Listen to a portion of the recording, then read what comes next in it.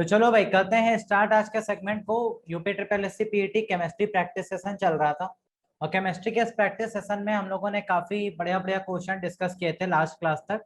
आज के सेगमेंट में फिर से आपके लिए कुछ बढ़िया से क्वेश्चन है केमिस्ट्री के, जिन्हें हम यहाँ पर आपके साथ डिस्कस करने वाले हैं। ठीक है भाई, तो चलो स्टार्ट करते हैं सेगमेंट को और देखते हैं केमिस्ट्री के कुछ और बेहतरीन क्वेश्चन उनसे रिलेटेड। हाँ, स्टूडेंट्स बहुत कम है, कुछ एक्चुअल में टेक्निकल इशू की वजह से क्लास टाइमली स्टार्ट नहीं हो पाया। पता नहीं क्या आज इशू चल रहा है, सभी क्लासेस में ये प्रॉब्लम हो रही है, तो इसको रिजॉल्व कर लिया जाएगा जल्दी ही। तो बाकी आपको कोई प्रॉब्लम नहीं होगा, मे बी जल्दी ही इसको सॉल्व कर लिया जाएगा। तो इसी वजह से लेट हो गया, काफी स्टूडेंट शायद ज्वाइन नहीं हुआ क्लास, इस वजह से चले भी गए। कोई नहीं, जितने भी लोग हैं उन्हीं के साथ करते हैं भाई ट्राई। तो चलो भाई, पहला क्वेश्चन आपके लिए स्क्रीन पर ये रहा और पहले क्वेश्चन का बढ़िया सा जल्दी से आंसर बताएं क्या होगा। Which is also known as quick silver, इनमें से किसको क्विक सिल्वर के नाम से भी जाना जाता है। आपके ऑप्शंस हैं horn silver, German silver, mercury या फिर नन ऑफ देम। तो भाई यहाँ पर करेक्ट आंसर क्या हो जाएगा, option number A B C या फिर D. Which option is correct, जल्दी से बताएं भाई।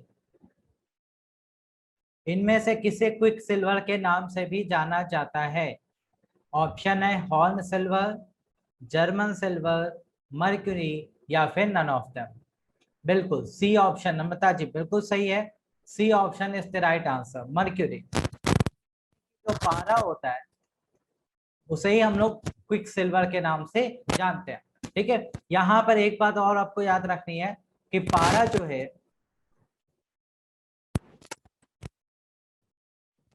ये आपका एक मेटल है जो कि रूम टेम्परेचर पे लिक्विड स्टेट में पाया जाता है। ठीक है,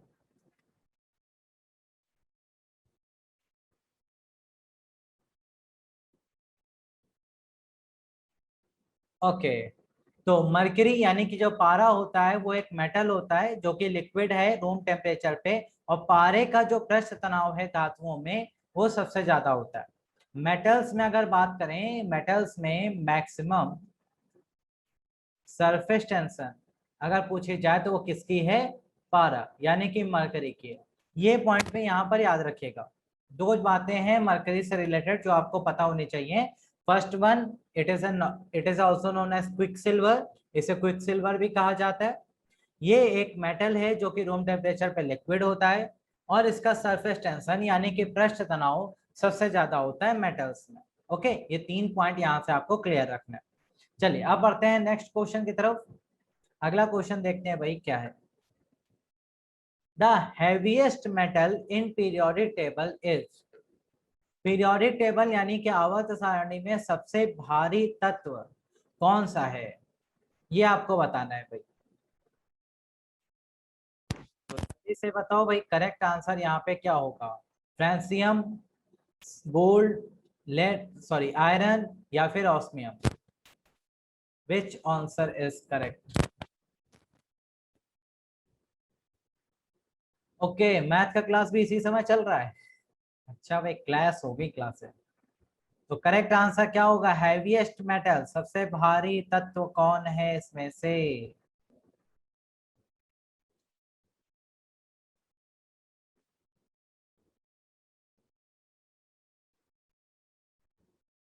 okay, which option is correct, option number D is the right answer, osmium. याद रखना भाई, ऑस्मियम एक मेटल होता है जो हैवीएस्ट मेटल माना जाता है, सबसे भारी तत्व होता है। तो ये पॉइंट आपको यहाँ पे अच्छे से याद रखना है। इसके अलावा सिल्वर और जो गोल्ड है ये सारे आपके उसमें नहीं आते, ना ही आयरन आता है ना ही फ्रांसियम आता है। ठीक है, नहीं नहीं, क्लास स्टार्ट नहीं हो गया, एक्चुअल में क्लास स्टार्ट हो ही नहीं रहा था, कुछ टेक्निकल इश्यू चल रहा था। अभी क्लास स्टार्ट हुआ है 4 बजे के आसपास। ये कुछ दिक्कत चल रही है, इसमें टेक्निकल इशू चल रहा है।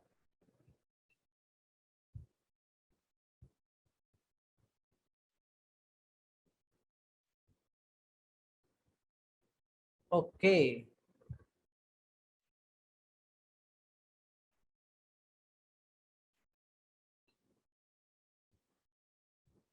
अच्छा, 12:45 से कंटिन्यू क्लासेस चल रही हैं, सही है भाई, बढ़िया है, पढ़ो आराम से। बिना किसी अपडेट के चल रही है, ऐसे कैसे चल रहा है भाई? अपडेट आया होगा आप लोगों का, जो भी ग्रुप होगा उसमें इंफॉर्मेशन। ऐसे बिना इंफॉर्मेशन के क्लास में स्टूडेंट कैसे आएंगे फिर? कहीं तो अपडेट किए गया होगा, हो सकता है कुछ प्रॉब्लम रही हो, पता नहीं। चलो भाई अपने टॉपिक पे आते हैं। हैवीएस्ट मेटल की अगर बात करें पीरियोडिक टेबल में, तो सबसे भारी जो मेटल होता है, तत्व होता है धातु में, वो है ऑस्मियम। यहां से आपको सिंपल सा पॉइंट सिर्फ इतना सा याद रखना है, बाकी किसी के बारे में नहीं पढ़ता है। चलो नेक्स्ट क्वेश्चन पे आते हैं भाई, अगला क्वेश्चन देखते हैं क्या है। Which will donate electron easily, इनमें से इलेक्ट्रॉन को आसानी से कौन डोनेट कर देगा? ये आपसे क्वेश्चन पूछा जाता है। अच्छा हाँ, पिछले क्वेश्चन में एक बात और है कि एक मिनट, हाँ फ्रांसियम के बारे में एक बात नोट कर लीजिएगा जरा, यहां से भी एक क्वेश्चन बनता है।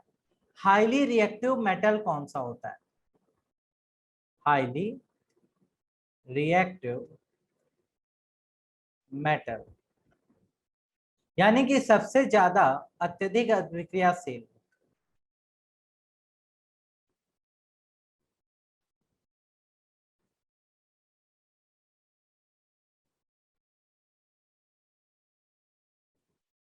हाईली रिएक्टिव मेटल की बात करें, एलिमेंट नहीं, सॉरी, इसको मेटल कर लीजिएगा, यानी कि धातु।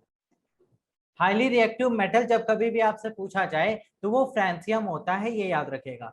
लेकिन अगर हाईली रिएक्टिव नॉन मेटल आपसे पूछा जाए, कभी भी पूछा जाए कि हाईली रिएक्टिव नॉन मेटल बताइए कौन सा है, तो वहां पे आंसर आता है फ्लोरीन।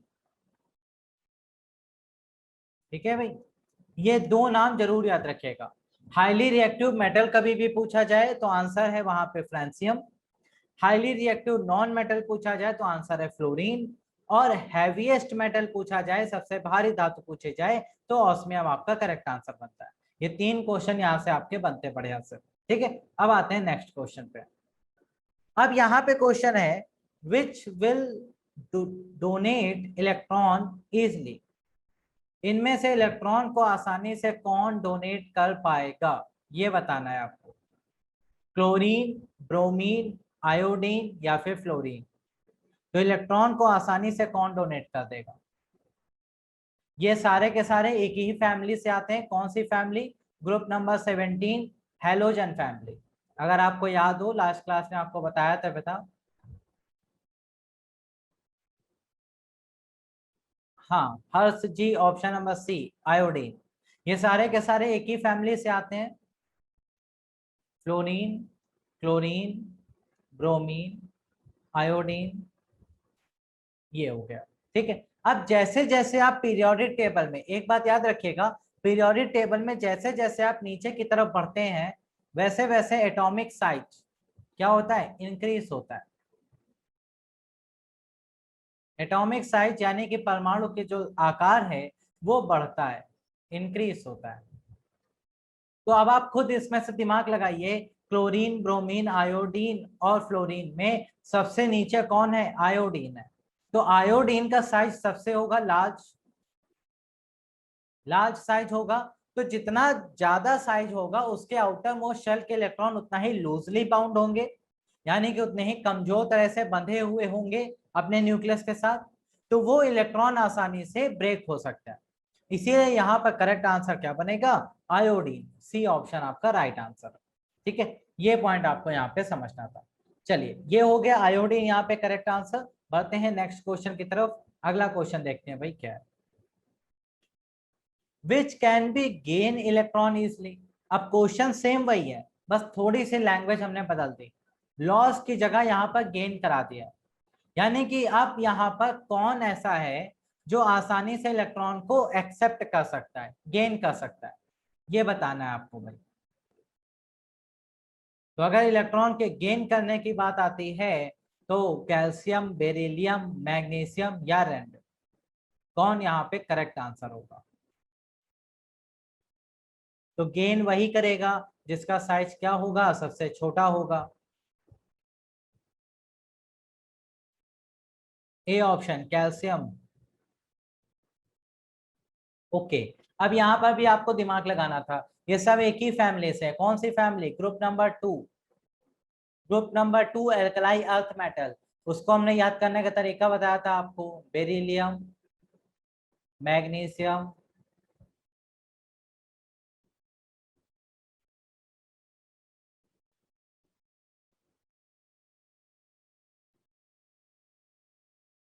ठीक है। तो इसको याद करने का तरीका ये था, बेटा मांगे कार स्कूटर बाप राजी, तो यहां से आप इसको याद करते थे। तो आपने देखा सबसे छोटा साइज किसका है? बेरिलियम का। तो जब सबसे छोटा साइज बेरिलियम का है तो इलेक्ट्रॉन आसानी से कौन एक्सेप्ट करेगा? बेरिलियम करेगा। तो ऑप्शन नंबर बी यहाँ पे आपका करेक्ट आंसर बनता है। B is the right answer. Logic बिल्कुल सिंपल सा है कि इलेक्ट्रॉन गेन कौन करेगा आसानी से? जो सबसे स्मॉल साइज का होगा। तो ये एक ही फैमिली के मेंबर हैं, सबसे स्मॉल साइज आपको बेरिलियम का दिख गया, बस यही आपका आंसर हो गया। ठीक है, बस इतना सा लॉजिक लग रहा है इन क्वेश्चन में, और कुछ नहीं है। चलो भाई, अब आते हैं नेक्स्ट क्वेश्चन की तरफ। अगला क्वेश्चन देखते हैं क्या है। Which non metal is lustrous? इनमें से कौन सी अधातु है जिसमें चमक पाई जाती है? लस्टर होता है, चमक होती है। और आज से पूछा गया अधातु, नॉन मेटल, क्योंकि आपको पता है मोस्टली मेटल्स जो होते हैं वो उनमें शाइन होती है, चमक होती है, लस्टर होता है, बट नॉन मेटल्स में लस्टर नहीं होता। तो इसमें से कौन सा वो नॉन मेटल है जिसमें लस्टर है, वो बताना है आपको। ब्रोमीन। ओके, और बताओ भाई, ब्रोमीन के अलावा iodine, chlorine, none of them, जो आप चूज करना चाहें। कौन सा नॉन मेटल है जिसमें चमक होती है, लस्टर होता है?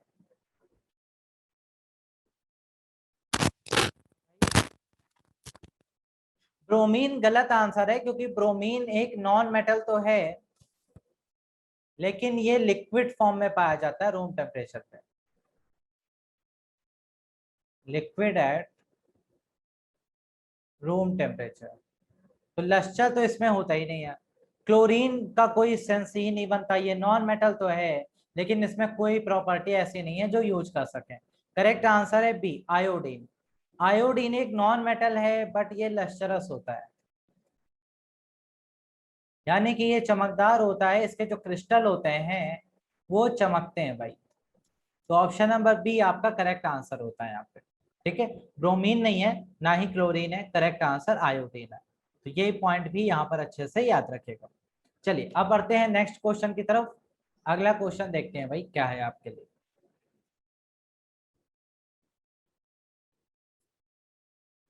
Which one is lightest? इनमें से सबसे हल्का कौन है, आपको ये बताना है।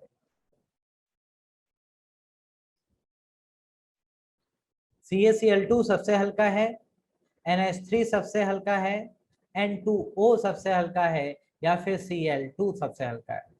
तो कौन यहाँ पर सबसे हल्का है, लाइटेस्ट कंपाउंड है, वो बता रहा है आपको। लाइटेस्ट कंपाउंड, सबसे हल्का यौगिक। Good evening.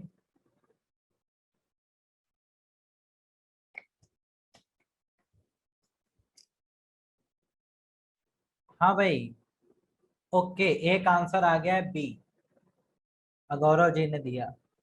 बाकी लोग जल्दी से बताएं। हाँ, मैथ की क्लास चल रही थी, बढ़िया है, मैथमेटिक्स पढ़ी है अच्छे से। कोई बात नहीं, 5-6 क्वेश्चन ही आपके छोटे हैं, वो आप देख लेंगे रिकॉर्डेड सेशन में। सबसे हल्का इनमें से कौन है? तो N2O, NH3, CaCl2, Cl2। कुछ नहीं करना है ऐसे क्वेश्चन में, आपको सिर्फ और सिर्फ एटॉमिक मासेस ऐड कर देने और कुछ नहीं करना है। देखो भाई, CaCl2 की अगर बात करें तो इसमें एक कैल्शियम है और 2 क्लोरीन है।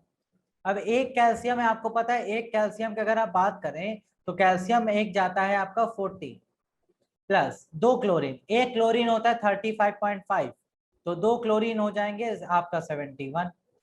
ठीक है, तो ये बन जाएगा आपका 40 प्लस 71, तो ये हो जाएगा 111 यूनिट। ठीक है, ये तो काफी भारी निकला। फिर अमोनिया पे आ जाओ, एक नाइट्रोजन 3 हाइड्रोजन।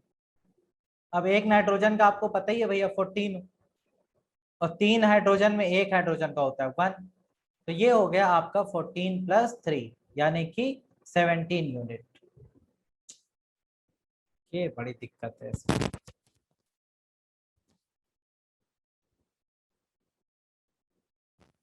ओके, तो ये हो गया आपका 17 यूनिट। N2O के पास जाएंगे तो 2 नाइट्रोजन है, एक ऑक्सीजन है। नाइट्रोजन का आपको पता है कि 14 होता है, प्लस ऑक्सीजन का आपको पता है 16 होता है, तो ये हो गया 28 + 16, आपका आंसर बन गया 44 यूनिट। Cl2 में जाएंगे तो 2 क्लोरीन यहाँ पे लगा हुआ है, तो 2 क्लोरीन का मतलब 35.5 हो गया, ये आपका 71। अब आपको सबसे छोटा कौन दिख रहा है? ये दिख रहा है, इसका मतलब अमोनिया इज द लाइटेस्ट। गौरव, आपका आंसर बिल्कुल सही था, अमोनिया क्या हो गया? सबसे हल्का हो गया।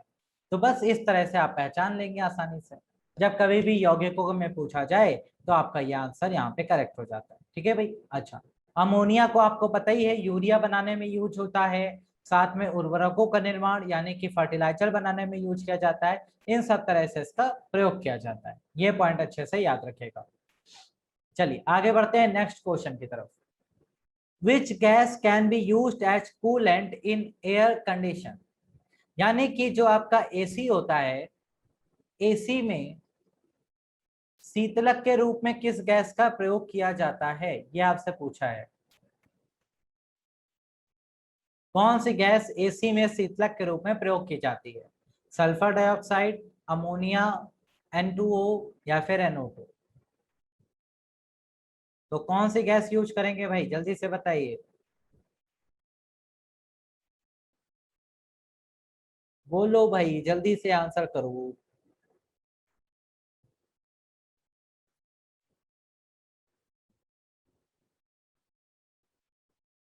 सल्फर डाइऑक्साइड, अमोनिया, N2O या NO2?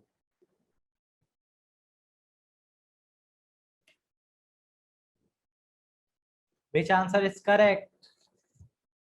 इसका नहीं पता, कोई बात नहीं भाई, देखते हैं। देखो पहले क्या होता था, जब एसी बनाए जाते थे तो उसमें खतरनाक गैस यूज की जाती थी, CFC।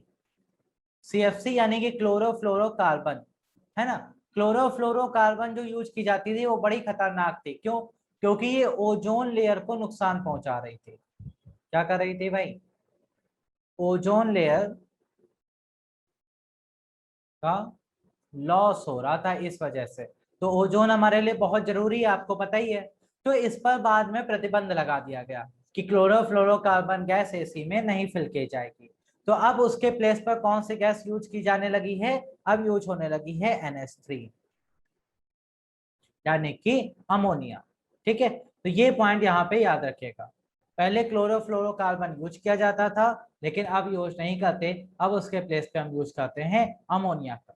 ठीक है, अब इसको वर्ल्ड वाइड वे में बंद कर दिया गया कि अब CFC नहीं यूज होगा, क्योंकि ओजोन का नुकसान होता है। अमोनिया यूज करिए उसमें।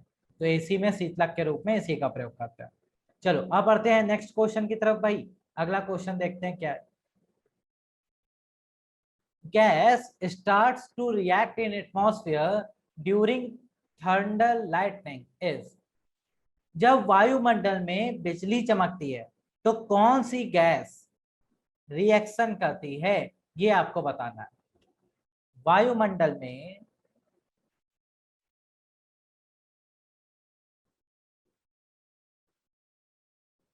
बिजली चमकने पर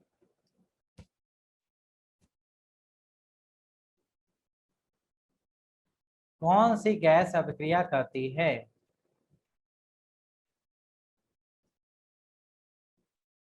ये बताना है भाई।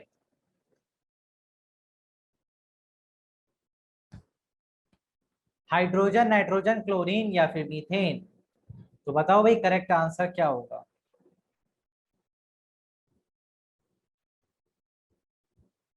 क्वेश्चंस बड़े प्यारे हैं एकदम, आसान सा क्वेश्चन है, इसमें कुछ है ही नहीं। कुछ नहीं है इस क्वेश्चन में, जल्दी से बताओ भाई। सपना जी ने सही आंसर दिया है, बाकी लोग। किरण बिल्कुल सही आंसर है। अरे हमारे एटमॉस्फेयर में सबसे ज्यादा कौन सी गैस पाई जाती है भाई? नाइट्रोजन, लगभग 78% पाई जाती है। तो इतनी ज्यादा नाइट्रोजन जब है, तो आप खुद सोचो, इतनी ज्यादा नाइट्रोजन जब मौजूद है, तो नाइट्रोजन जनरली किसी के साथ रिएक्ट नहीं करती है। नॉर्मली नाइट्रोजन रिएक्ट नहीं करता, but at a very high temperature,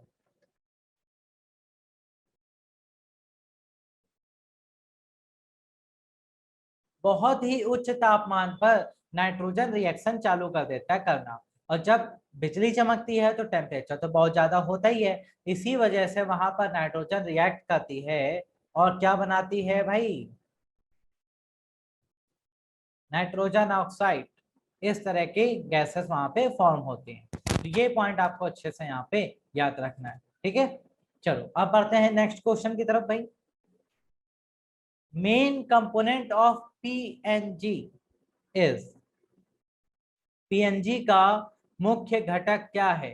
propane, butane, methane या हेप्टेन? पीएनजी आपको इसका फुल फॉर्म भी याद होना चाहिए। Pipe natural gas. ये जो पाइप्ड नेचुरल गैस है पीएनजी, इसका मेन कंपोनेंट या मुख्य घटक क्या है? प्रोपेन, ब्यूटेन, मीथेन या हेप्टेन? निया बिल्कुल सही। Okay, C option, B option, butane, propane, methane. Methane, Sapna ji सही आंसर। सी ऑप्शन यहाँ पे बिल्कुल करेक्ट है भैया। हमने कहा था जितने भी आपके फ्यूल आते हैं उसमें मीथेन आपका मेन कंपोनेंट लगभग लगभग सभी में है, सिर्फ एलपीजी को छोड़कर। एलपीजी में आपके ये दोनों मेन कंपोनेंट होते हैं, प्रोपेन और ब्यूटेन, ये दोनों होते हैं। बाकी मीथेन आपका बायोगैस में भी पाया जाता है, सीएनजी में भी पाया जाता है, पीएनजी में भी पाया जाता है। लगभग सभी में प्रोपेन अच्छे से याद रखिएगा। अगला क्वेश्चन, टू मेक, देखा होगा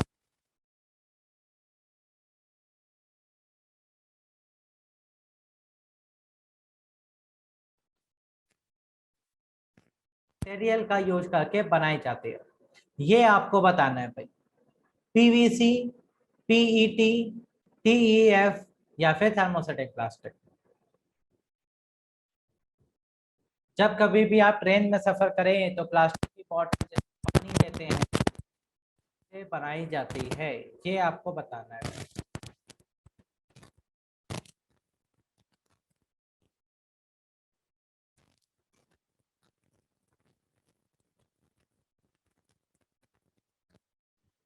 बताओ भाई जल्दी से, पीवीसी की बनाई जाती है।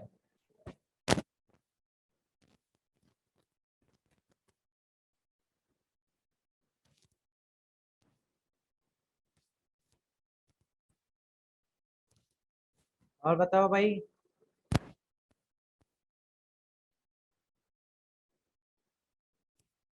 ओके, पीईटी की बनाई जाती है, निया जी कह रही है पीईटी का। पीईटी का तो आपका एग्जाम भी है ना? तो वही है, बस ऐसे याद करो। आपका एग्जाम जिस चीज का है बस वही से बन रही है बॉटल, तो वो है पीईटी। करेक्ट आंसर है ऑप्शन नंबर बी, ठीक है। हाँ, करेक्ट आंसर आपका ऑप्शन नंबर बी है। पीवीसी नहीं बनाए जाते, पीवीसी आपके पाइप वगैरह बनाने के काम आता है। जो आपके प्लम्बिंग पाइप्स होते हैं ना, वहां पे बनाने के काम आता है पीवीसी, सॉरी पीवीसी। तो पॉलीविनाइल क्लोराइड है वो। पॉलीविनाइल क्लोराइड इसका फुल फॉर्म होता है पॉलीविनाइल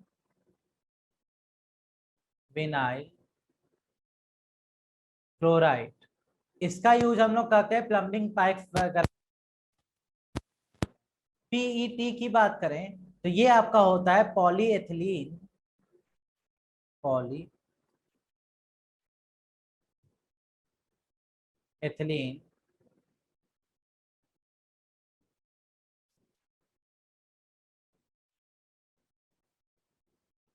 टेरेफ्थलेट, ठीक है, इसे कहते हैं पॉलीएथिलीन टेरेफ्थलेट। तो ये नाम अच्छे से याद रखिएगा।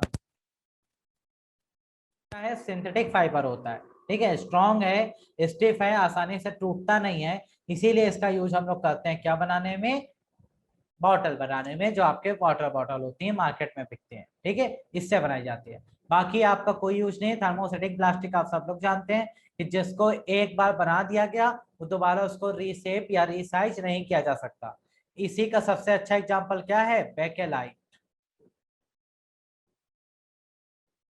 बेकेलाइट इसका सबसे अच्छा एग्जाम्पल है जो स्विच वगैरह बनाने में यूज होता है, ठीक है, बस इतना सा पॉइंट याद रखिएगा। चलिए अब बढ़ते हैं नेक्स्ट क्वेश्चन की तरफ। Which gas is sweet to improve the hardness of rubber? किसी भी रबर को हार्ड करने के लिए, उसको कठोर बनाने के लिए कौन सी गैस प्रयोग की जाती है? नाइट्रोजन, क्लोरीन, सल्फर या फिर अमोनिया? किस गैस का प्रयोग करते हैं जिससे कि रबर को थोड़ा कठोर बनाया जा सके? तो बताओ भाई।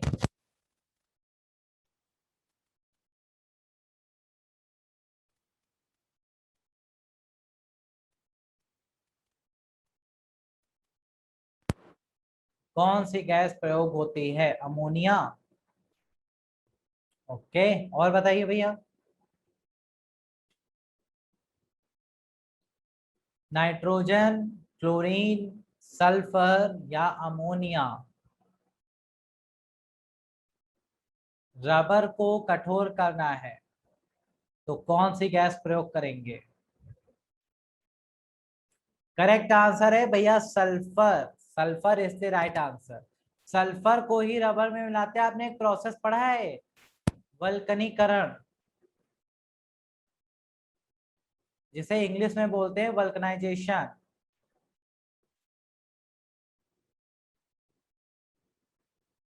पढ़ा है कि नहीं पढ़ा है? रबर का वल्कनाइजेशन क्यों करते हैं? क्योंकि रबर को थोड़ा सा हार्ड बनाया जा सके, जिससे वो जल्दी टूट ना जाए। तो वहां पर वल्कनाइजेशन का ही प्रोसेस यूज किया जाता है, जिसमें आप लोग सल्फर का ही प्रयोग करते हैं, ठीक है। तो ये थोड़ा सा पॉइंट अच्छे से याद रखिएगा, सल्फर है जो हार्ड कराती है रबर को थोड़ा सा, नहीं तो रबर ऐसे जनरली बहुत सॉफ्ट होती है। प्लांट वगैरह से देखो मिल्क के रूप में निकलती रहती है रबर, तो वो उसको हार्ड करने के लिए ही उसका वल्कनाइजेशन कराया जाता है, उसमें सल्फर गैस का प्रयोग किया जाता है। ओके, चलो भाई अगले क्वेश्चन की तरफ बढ़ते हैं। नेक्स्ट क्वेश्चन देखते हैं क्या है। बहुत बढ़िया क्वेश्चन। बुलेट प्रूफ जैकेट्स किस चीज की बनाई जाती हैं? जो बुलेट प्रूफ जैकेट आपने देखा होगा डिफेंस में जनरली लोग पहनते हैं, तो वो किस मटेरियल की बनी होती है? रेयन, नायलॉन, टेरिकॉट या फिर कॉटन? बताओ भाई।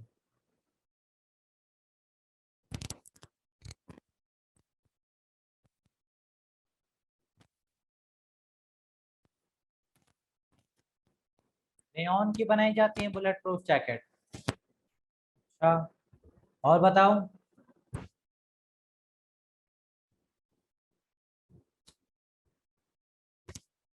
और बताइए भाई।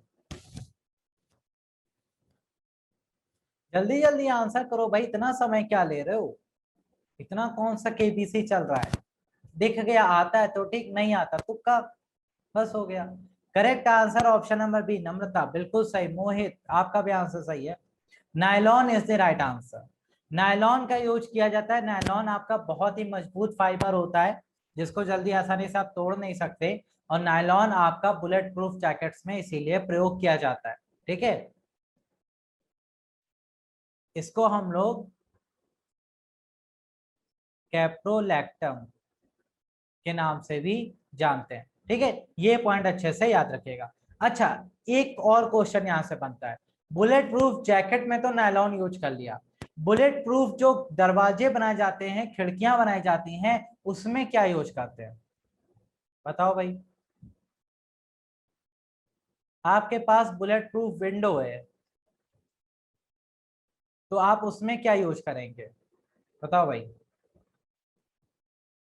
बुलेट प्रूफ गाड़ियों के शीशे होते हैं, आपने देखा होगा, तो वो किस चीज के बने होते हैं ये बताना है आपको। ग्लास, अरे ग्लास तो ऐसे ही टूट जाता है, तो काहे का बुलेट प्रूफ। ग्लास तो ऐसे ही टूट जाता है भाई। वो बनाए जाते हैं पॉलीकार्बोनेट, याद रखिएगा। पॉलीकार्बोनेट्स के बनाए जाते हैं bullet proof Windows. Bullet proof Windows बनाने के लिए आप पॉलीकार्बोनेट्स का प्रयोग करते हैं। तो यहाँ पे दो क्वेश्चन यहाँ से आपके तैयार हो गए, इन्हें अच्छे से तैयार रखिएगा भाई। चलिए नेक्स्ट क्वेश्चन पे आते हैं। Which is also known as shrinkless fibre. Voice के लिए सबसे बढ़िया चीज है ये श्रिंकलेस फाइबर, मतलब जिसमें सिकुड़न नहीं पड़ती। वो फाइबर कौन सा है? वो फाइबर कौन सा है नहीं पड़ती?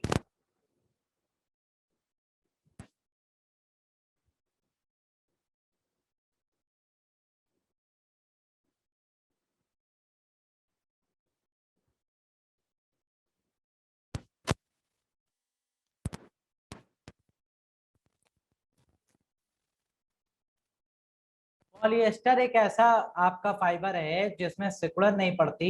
नायलॉन, रेयॉन, टेरिलीन तो नहीं होते उसमें, ठीक है। तो सी ऑप्शन आपका बिल्कुल करेक्ट होगा, पॉलिएस्टर।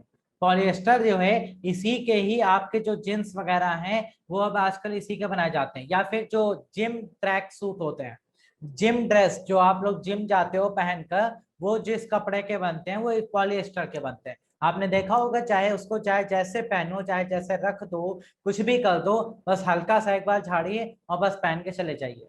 वो जो आपका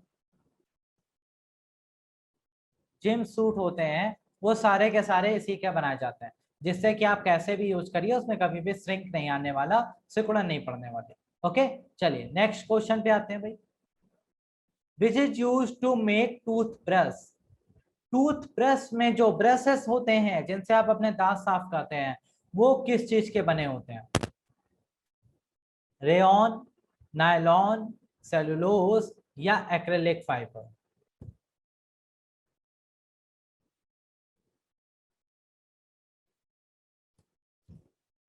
बताओ भाई।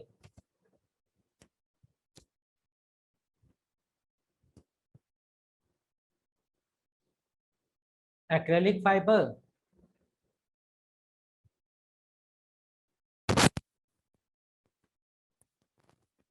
कुछ लोग कह रहे हैं सर नायलॉन, कुछ कह रहे हैं acrylic fibre.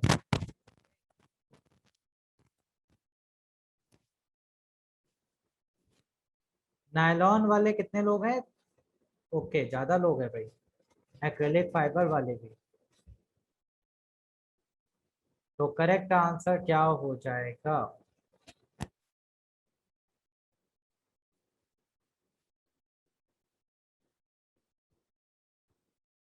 Nylon. C and D में कंफ्यूजन है। ओके, सी एंड डी में कंफ्यूजन है तो सी एंड डी दोनों ही गलत है। ठीक है भाई, दोनों ही गलत है। सी एंड डी में कोई कंफ्यूजन नहीं है, करेक्ट आंसर नायलॉन है। नायलॉन का ही यूज किया जाता है भैया टूथब्रश बनाने में। आपके दांत बड़े मजबूत हैं, उनको साफ नायलॉन ही कर सकता है। एक्रेलिक फाइबर लोगे पता चला वो फाइबर दांतों में ही फंस गए टूट के, इसीलिए नायलॉन यूज किया जाता है। हाँ, बी ऑप्शन जितने लोगों ने बताया वो बिल्कुल सही है। नायलॉन जितने लोगों ने बताया बिल्कुल करेक्ट है भाई।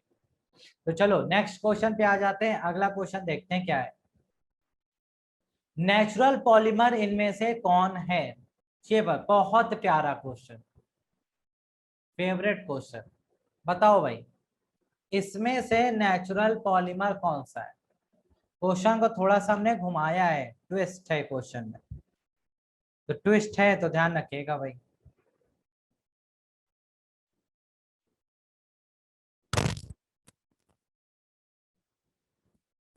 इनमें से प्राकृतिक बहुलक कौन है?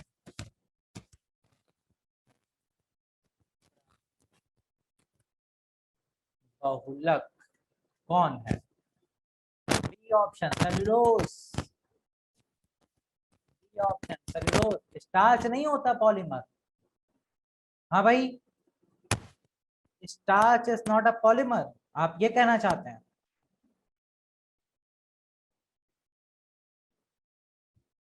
DNA, isoprene. करेक्ट आंसर है ऑल। अरे सभी हैं भैया प्राकृतिक, ऑल आर प्राकृतिक। इनमें से कोई भी आपका नेचुरल आर्टिफिशियल नहीं है, सब नेचुरल है। अभी तो कहा था थोड़ा सा ट्रिक आंसर है इसका। Starch, cellulose, isoprene, DNA, nucleic acid, ये सारे के सारे आपके नेचुरल पॉलीमर ही होते हैं, तो सभी नेचुरल पॉलीमर में आते हैं। थोड़ा सा कोई बात नहीं, अब याद रखिएगा चारों ही आपके नेचुरल पॉलीमर होते हैं। चलिए नेक्स्ट क्वेश्चन पे आते हैं भाई। अगला क्वेश्चन देखते हैं क्या है। क्या होता है? एक नेचुरल रबर है, नेचुरल वूल है, नेचुरल लेदर है, या फिर इसमें से कोई भी नहीं। तो लेटेक्स क्या होता है ये बताना। नेचुरल रबर है, ओके, और बताओ भाई, और बताइए क्या है ये।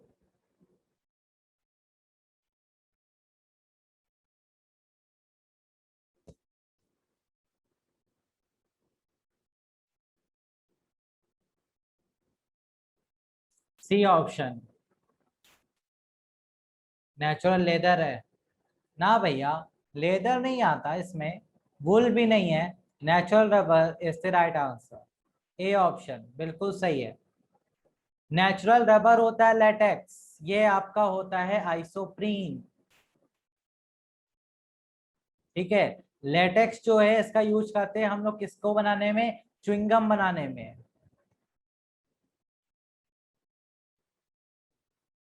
च्युइंगम वगैरह बनाने में इसका यूज किया जाता है।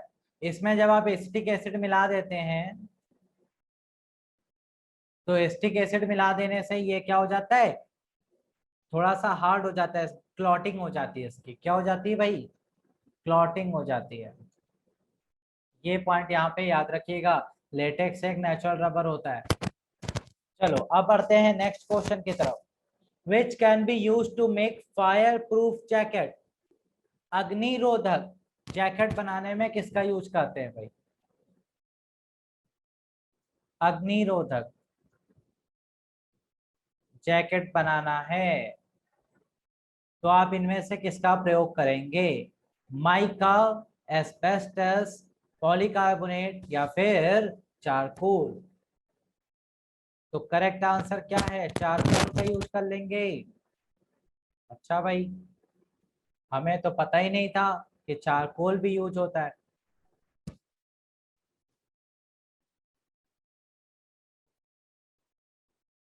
करेक्ट आंसर क्या होगा, जल्दी से बताओ भाई।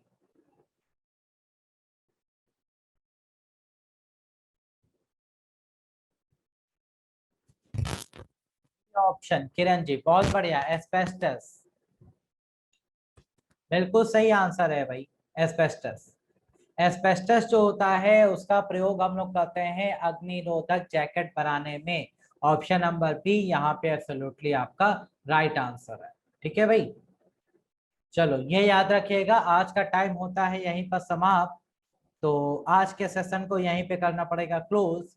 बाकी के जो क्वेश्चन बच गए हैं वो आपको दे दे हम होमवर्क में, करोगे या फिर हम नेक्स्ट सेशन में कराएं, बताओ भाई। बाकी के क्वेश्चन का पीडीएफ दे दें, क्योंकि हम तो पूरे क्वेश्चन लाए थे। ओके आप करेंगे, तो चलिए भाई हम क्वेश्चन आपको दे देते हैं, आप ट्राई करिएगा, अदरवाइज हम नेक्स्ट सेशन में जल्दी जल्दी इसका आंसर आपके साथ डिस्कस कर देंगे। ठीक है, नेक्स्ट सेशन में आंसर डिस्कस कर लेंगे सारे क्वेश्चन का। ओके चलिए guys, thank you so much for watching this class, have a great day, take care, bye bye. Next class में मिलते हैं, वहां पर इसको डिस्कस करते हैं। Thank you.